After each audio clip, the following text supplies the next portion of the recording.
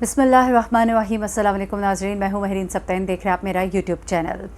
नाज़रीन, बहुत अहम और बड़ी ही अंदर की ख़बर है आज की वीडियो में आपके लिए, और वो अंदर की ख़बर है थेरेपी वर्क पार्क के CEO ताहिर ज़हूर ने एक बड़ी ही धुआंधार प्रेस कॉन्फ्रेंस की थी। और इस प्रेस कॉन्फ्रेंस के अंदर ये जो इस्लामाबाद नेशनल प्रेस क्लब में हुई थी, और इसमें उन्होंने पुलिस पर इल्ज़ामात की बौछार की, यहाँ तक कि अपने वो साथी, वो दोस्त जिनके लिए अभी तक उन्होंने मुँह नहीं खोल के दिया था, उनके ऊपर भी इल्ज़ामात लगाए कि मेरे साथ तो धोखा हुआ, हमें धोखा दिया गया, हमें ही नहीं बताया गया कि वहाँ पर कोई असलहा था। यहाँ तक कि उनसे बेजारी और लाताल्लुकी और कता ताल्लुक जो है वो जाहिर किया गया।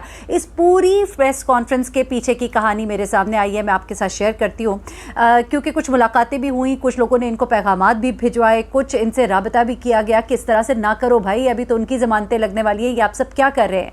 लेकिन हुआ कुछ ऐसे कि ताहिर ज़हूर जो है, ये कहा जा रहा है कि अब वो अपने पैंतरे इस तरह से बदलेंगे और फिर उसके बाद वो अपना एक सॉफ्ट कॉर्नर जो है जाकिर जाफ़र फैमिली के लिए, वो सॉफ्ट कॉर्नर आपको बेहतर तौर पे पता ही है क्यों, ये जो अमीर लोगों के दरमियान और ताल्लुकात और ये सब कुछ होते हैं, इसके पीछे जो होती है वो पैसे की चमक दमक होती है, और ये सब कुछ जो है वो आने वाले वक्त में आपको दिखाई देगा। अभी इस वक्त जिस तरह की उन्होंने धुआंधार कॉन्फ्रेंस की है, ये बेसिकली एक एतमाद हासिल करना है लोगों का सोशल मीडिया के ऊपर। उनके खिलाफ जो एक इल्ज़ामात की बौछार थी, बहुत से लोग उनके पुराने कामों, उनकी पुरानी शादियां और उनकी पता नहीं लाइफ के बारे में क्या कुछ उनके बारे में अब चीज़ें सामने आ रही थी।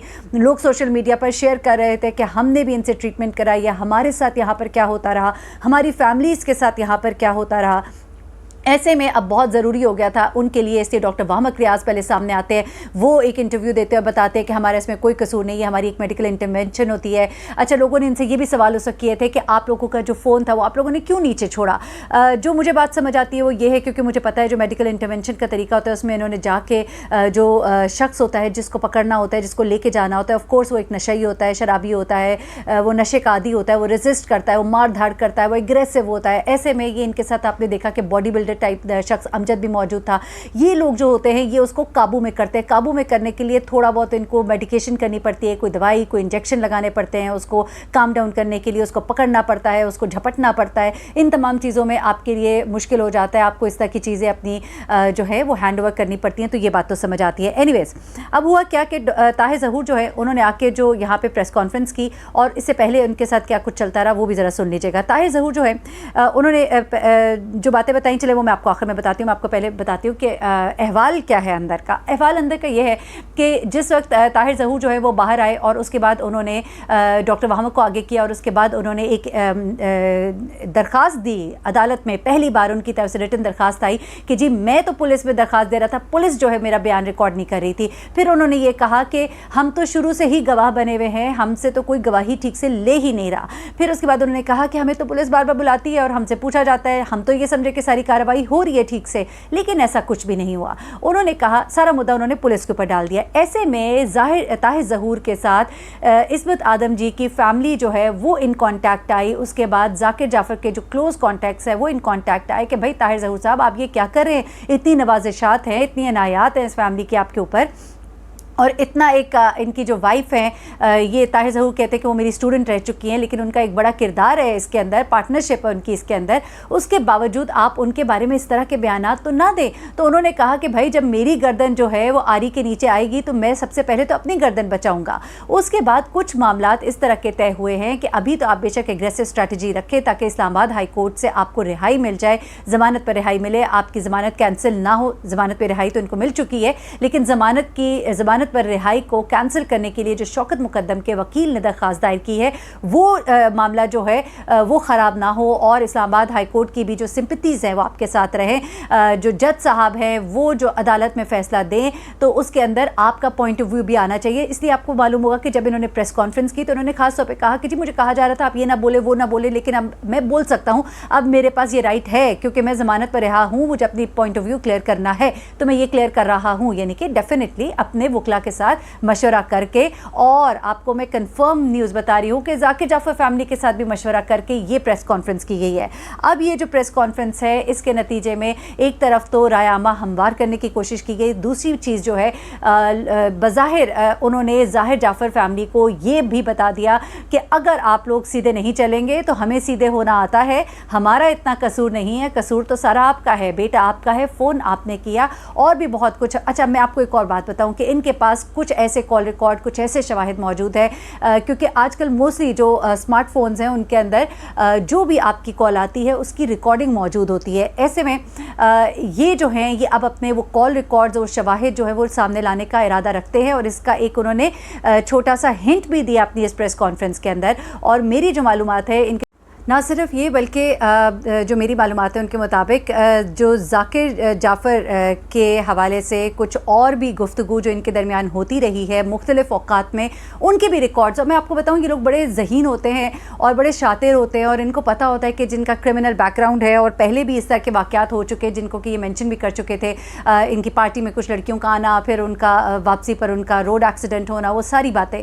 तो इनके पास कुछ ना कुछ रिकॉर्ड ज़रूर मौजूद होता है कि किसी वक्त अगर अपनी गर्दन फंस रही हो तो अपनी गर्दन को किस तरह बचाना है, तो वो तमाम रिकॉर्ड्स इनके पास होते हैं। और आपको एक बड़ी बात मैं बताऊं, इन्होंने प्रेस कॉन्फ्रेंस के अंदर जो कुछ हिंट्स दिए, उन्होंने जाकिर जाफ़र फैमिली को एक पैगाम भी दे दिया है, और कुछ बातें हुई हैं इनकी इस प्रेस कॉन्फ्रेंस के बाद, उसकी तरफ मैं आती हूँ। लेकिन उन्होंने एक हिंट बड़ा शॉकिंग दिया। उन्होंने ये कहा, सबसे पहले तो उन्होंने ये कहा कि हमें धोखे में रखा गया, हमें तो बताया गया कि उसके पास असलहा भी नहीं है, हम वहाँ पर गए और उसके पास असलहा था, हमारा तो अपना साथी ज़ख्मी हुआ। फिर उन्होंने ये कहा कि हमें वहाँ पे जो देर हुई, लोगों ने इनसे सवाल किया जब वहाँ पे प्रेस कॉन्फ्रेंस में जो सहाफ़ी मौजूद थे कि 2 घंटे, यानी कि आपको 7 बजे कॉल आती है, आप वहाँ पे आप उसके बाद 9 बजे पुलिस को इन्फॉर्म किया जाता है कि 2 घंटे आप लोग क्या करते रहे।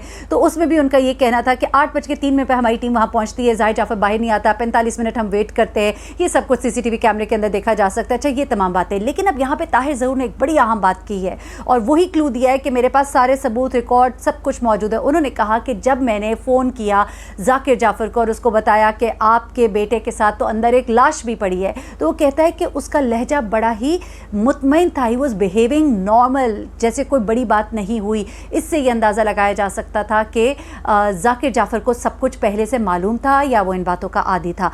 अब ये बात कहकर ज़ाहिर जाफ़र ने अपनी हमदर्दियाँ जो है नूर मुकद्दम फैमिली के साथ इस्टेब्लिश भी करने की कोशिश की, और उन्होंने ये बताने की कोशिश की कि मैं तो बहुत मासूम हूँ और मैं अंदाज़ा नहीं कर सकता था कि जाकिर जाफ़र जो है वो इस तरह का काम कर सकता है, और जाकिर जाफ़र जो है वो अपने बेटे की इस हरकत से आशना था क्योंकि उसका लहजा जो है वो बहुत नॉर्मल था। आप यहाँ से अंदाज़ा लगाएं कि उन्होंने बार बार अपने इस जो भी प्रेस कॉन्फ्रेंस की है उसके अंदर उन्होंने मुद्दा जो है तमाम का तमाम ज़ाहिर जाफ़र की फैमिली के ऊपर डालने की पूरी कोशिश की है। अच्छा, वो ये कहते हैं कि एक तरफ तो हमारा बंदा ज़ख्मी हुआ, फिर हमसे झूठ बोला गया कि उसके पास असलहा नहीं है, हमारे मुलाजमीन ने जान पर खेल कर ज़ाहिर जाफ़र को रस्सियों से बांधा, चूँकि उनका फ़ोन नीचे था तो इसलिए वो उस वक्त पुलिस को इत्तला नहीं कर सके। लेकिन उन्होंने ही ज़ाहिर जाफ़र के बाहर मौजूद दोस्तों को कहा कि फ़ोन करें, और उसके बाद पुलिस जो है वहाँ पर आई। अच्छा, डॉक्टर वहामक ने भी जो इंटरव्यू दिया था तो उन्होंने यही कहा था कि मैं उस वक्त वहाँ पर मौजूद था जब पुलिस आई थी, और हमने उनको सब कुछ बताया था और हमने ही हैंड ओवर किया था।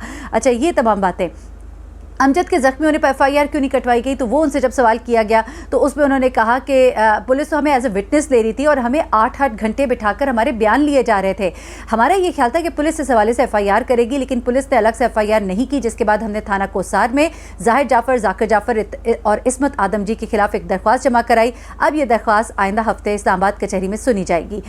जितनी टेलीफोनिक गुफ्तगू कॉन्वर्सेशन हुई सारा रिकॉर्ड मौजूद है, व्हाट्सएप के मैसेजेस मौजूद हैं। हमने तहरीरी तौर पर 20 जुलाई को ही अपनी स्टेटमेंट दे दी थी ताकि पुलिस किसी सतह पर मैनिपुलेट ना करे। अच्छा, अब मैं यहाँ पर एक बात कहूँगी, ये कहते हैं कि जी हमसे सवाल जवाब हो रहे थे, हमें वहाँ पे बिठाया जा रहा था, हमारा तो ख्याल था। लेकिन आप ये बात जहन में रखिएगा कि ये लोग अच्छे खासे समझदार होते हैं। इन्होंने तो अपने टीम के अंदर दलीप कुमार जैसे बंदे को, एडवाइज़र को, एक लीगल एडवाइज़र को साथ भेजा था। तो they understand law more than any common man, किसी आम बंदे से ज़्यादा लॉ को समझते हैं। तो जब इनसे सवाल जवाब हो रहे थे तो कोई भी समझदार आदमी होता है थोड़ा सा भी, तो वो सबसे पहले कहता है भाई पहले मेरा तहरीरी बयान लो, मैं कहीं ना फंस जाऊँ।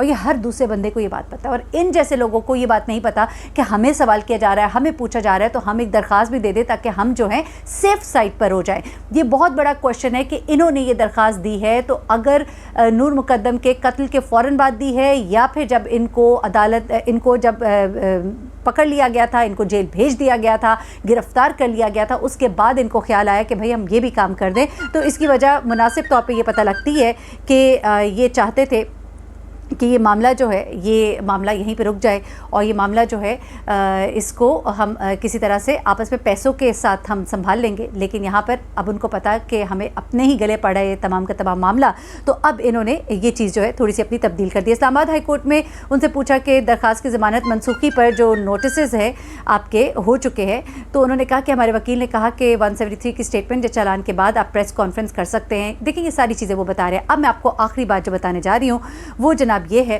कि अब इस प्रेस कॉन्फ्रेंस के बाद इनको कॉल्स आई हैं, इनसे बातचीत हुई है, इनको पैगामात दिए गए हैं कि अब आप खुदा के लिए ये मत कीजिए। माज़रत के साथ मैं जहाँ पर हूँ यहाँ पे अब लाइट चली गई है, मैं इस वीडियो को यहाँ पर एंड करूँगी और आपको मैं बताऊँगी कि अब फाइनली जो डिसाइड हुआ है वो ये डिसाइड हुआ है कि ज़ाहिर जो है ताहिर ज़हूर ये अब इस मामले पर ज़्यादा उस तरह एग्रेसिवली शायद नहीं आएंगे, और ये बात जो है आप आने वाले वक्त में देखेंगे, क्योंकि ताहिर ज़हूर जो है उन्होंने अब थोड़ा सा मामले को कूल डाउन उनको करने का कहा गया। उनसे दरख्वास्त की गई है कि कम अज़ कम क्योंकि अब वो कॉल रिकॉर्ड और व्हाट्सएप मैसेजेस की बात कर रहे हैं, तो ज़ाहिर फैमिली को माफ़ कर दीजिए, उनको मत फंसाइए। आपके हक़ में वो भी कुछ अच्छा बोल देंगे, आपके हक़ में हम भी कुछ बेहतरी करने की कोशिश करेंगे।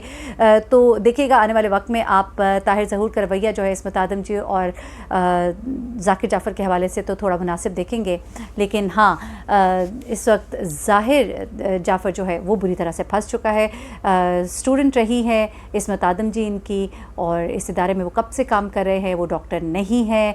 ये सारी बातें भी उन्होंने अपनी इस प्रेस कॉन्फ्रेंस में बताई। लेकिन सबसे अहम बात ये है कि इस प्रेस कॉन्फ्रेंस के बाद जो राब्ते हुए हैं उसके बाद अब आप देखेंगे कि आने वाले वक्त में अगर कोई भी वो प्रेस कॉन्फ्रेंस अगर वो करेंगे तो उसमें उनका रवैया और उनके अल्फाज जो हैं थोड़े मुनासिब होंगे। लेकिन हाँ अगर दूसरी साइड से वो सब कुछ ना किया गया जो कहा गया है, तो उसके बाद फिर वो व्हाट्सएप मैसेजेस भी सामने आएंगे, वो कॉल रिकॉर्ड्स भी सामने आएंगी।